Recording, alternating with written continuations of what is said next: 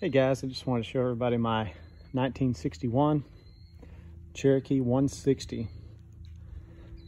Bought this plane, it's probably been about a month ago, and you know, really was very concerned about it. I was like, man, this thing's relatively cheap, and looks like it has not had the easiest life. It looks like it may have spent some time outside for some years and so on and so forth. And the more that I've really looked this thing over and flown it, it's really kind of a diamond in the rough.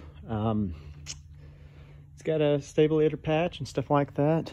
My mentor in all things aviation, the aviation guru that is really just a walking encyclopedia when it comes to airplanes and these GA airplanes.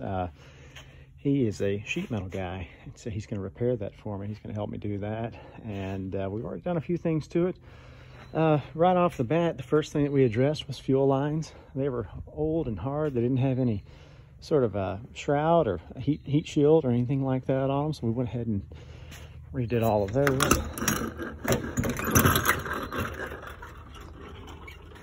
There they all are, brand new and all that kind of thing. And something else I was surprisingly, it was really a pleasant surprise, is these cylinders only have like I think 75, 80 hours on them, so they're pretty new. The paint really looks in pretty good shape. Those Bendix mags, they've been known to let go, but they have had the 500-hour impulse coupler inspection, or the one has, and so on and so forth. Has a new Skytech starter, new plane power alternator.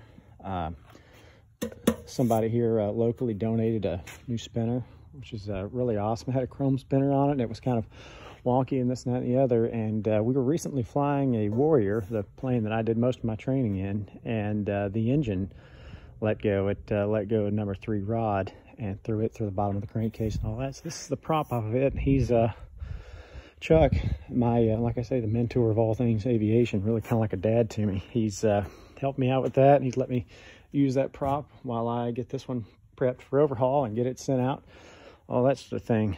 I'm kind of the young guy, new to aviation, all that sort of stuff, and finishing up my private. And so I've been really blessed with this awesome hangar. There's a guy here locally that let me have it for dirt cheap. He's getting out of flying and gonna sell it and all that, so I'm gonna try to, you know, help him out by cleaning this thing up, all that sort of thing, and kind of just see what happens. But oh yeah, so the interior, it's new. The attitude indicator was starting to be pretty wonky, and you know, it's funny, I'm flying an airplane with all sorts of borrowed parts and hand-me-downs, and people kind of just trying to help the young guy out, get started and all that. There's the old attitude indicator, and this thing's really a brick. I mean, you just can't understand how heavy that thing is. And here's my old transponder, AT50. We weren't getting any sort of indication on it. I'm not sure, it might be good. It just wasn't lighting up or anything like that. But I borrowed another transponder. I should have done a check on that one before I did anything. And an AT150. And that AT50 very well could be good, because I just did a transponder check this morning. Matter of fact, the gyros are all still winding down. We're not getting a blinking here, but they're saying they're seeing my code. So it looks like we just need an altitude encoder. They're not getting my altitude. So that's, you know, that's not the worst thing in the world. Another hand-me-down part, the guy that donated, that owns the aircraft company here in town, that really helped me out. He donated this heading indicator, I'm sorry, attitude indicator. And it does have a newer DG. It's got a Cessna airspeed indicator, which actually works fantastically. The altimeter is pretty accurate, but the Colesman window is a little off on it, so probably gonna have to have that overhauled. Does have a new tack, and the best part, new interior.